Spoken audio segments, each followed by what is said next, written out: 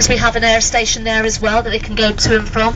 Take them about 20 minutes. So they could take off from here, they'll probably be back by the time we finished our tour. And they've gone to Anglesey, fought their war and come back.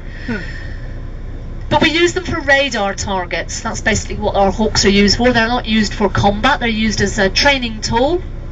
They're on loan to us from the RAF. And as I say, they provide radar targets for our fighter controllers of 849 Squadron, our Mark 7 Sea King Baggy. Our pilots would have had extensive fast jet experience.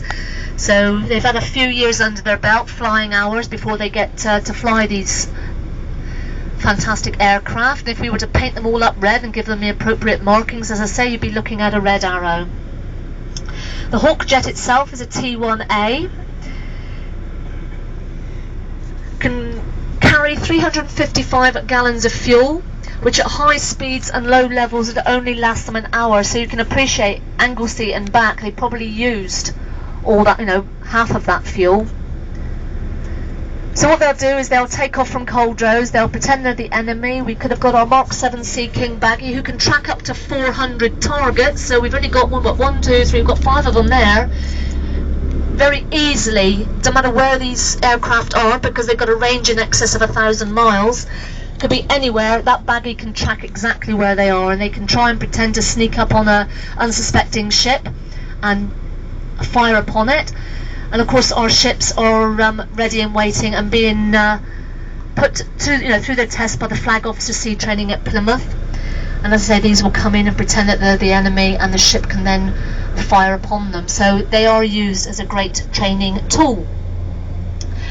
I mentioned the words Flag Officer Sea Training because the Hawks came to us in 1996 from Yeovilton after the closure of Portland and the transfer of Flag Officer Sea Training to Plymouth.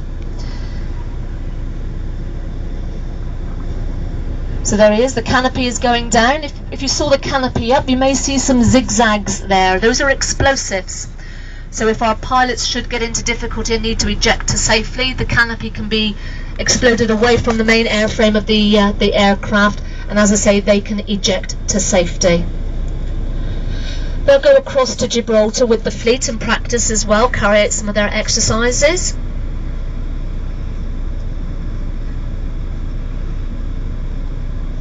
Last year we did celebrate 100 years of naval aviation within the Fleet Air Arm, so that's why they've all been painted up. And of course last May they were going along and doing displays and attending air days and showing off. Here that engine started up. It's powered by one Rolls-Royce engine with over 5,000 pounds of thrust. So we've got 3 of them going out there. So those people sat in the cafe there having a cup of tea now, haven't got a clue what's going to happen. They're going to be sat there and all of a sudden, whoa, off they'll go. And the jet streams are going out as well.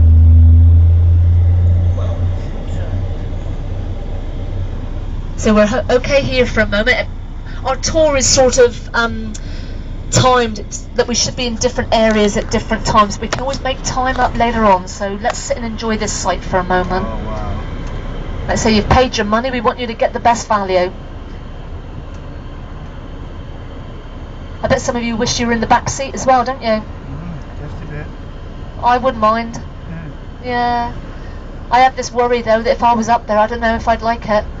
There you are, see, it's just testing, making sure that the flaps moving, everything, thumbs up, everything's A-OK. And as they say, chocks away. Always looking up and under. Yeah. I think he's doing that for our benefit as well, just showing how thorough they are. Just don't ask him to stand behind that engine.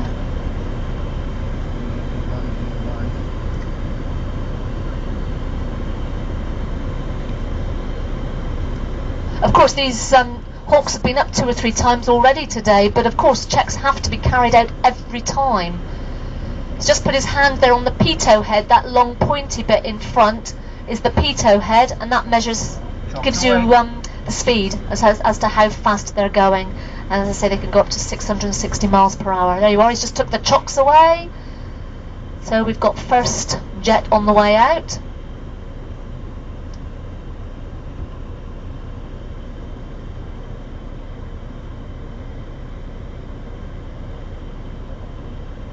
Jetstream's just took off. So air traffic control is going to be very busy in a minute. Talking of air traffic control, there it is straight over in front of us. That's our third air traffic control. Our first air traffic control was based over where 750 Squadron is.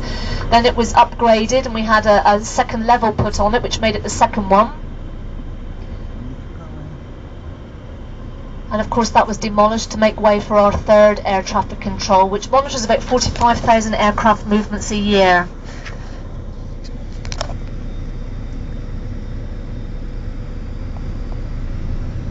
I think Russell's worried that we might get blown away, so we'll just move forward a little bit.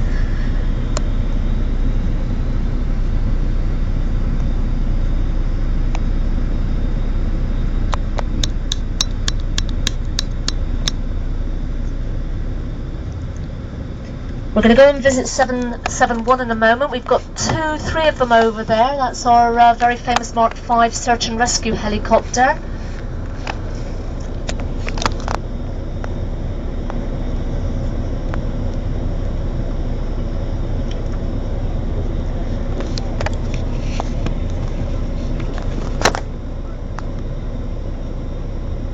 That was them just talking to air traffic control.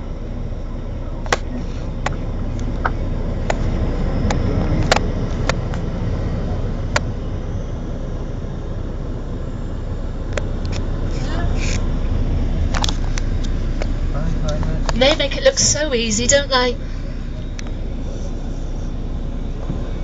Oh, he's coming. Oh, look, he's coming this way. Give him a wave. Wow. How about that, eh? Wow. Nice one, man.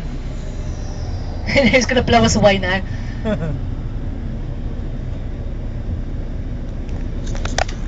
Wonderful. Right, on that note, we'll let them go, and what we'll do is we'll go over onto 771, and if we time it right, we might see some of them take off as we're around there. Oh, hang on. Give this one a wave, because I think you weren't ready for that photograph just now, were you? And you might get a nice close-up of him in the cockpit there if you get your cameras just right. Camera ready, Anna. My camera's already on.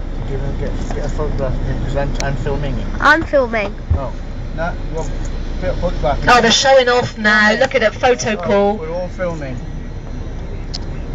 And we got the third one. Okay. Oh, got 2 in this one. You get the photograph then.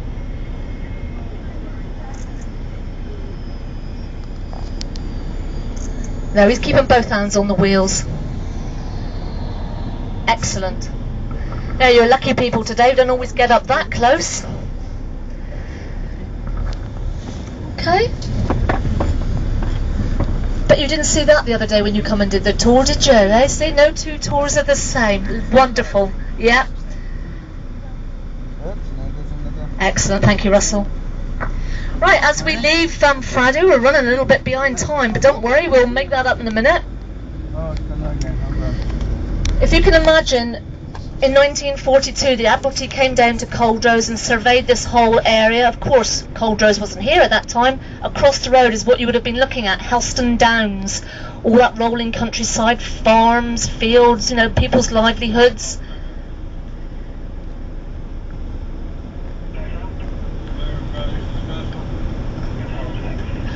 If you can imagine, the Admiralty came down in 1942, knocked on the door and said that you have to leave this area. There were 6 farms here at Culdrose, where air traffic control is where one of the farms used to be.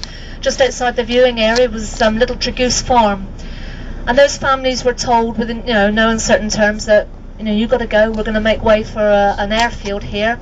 RAF Bredannock had already been established down the road, so the RAF got there before we did. But in a moment you'll see how ideally situated we are for the water. The airfield opened in 1947. They only anticipated it being open for approximately 10 years. But we've been here, we celebrated our 60th anniversary in 2007. And don't matter about these cutbacks, word has it that Culdrose will be here for quite a while to come. We're now going to visit 771. I did say that we're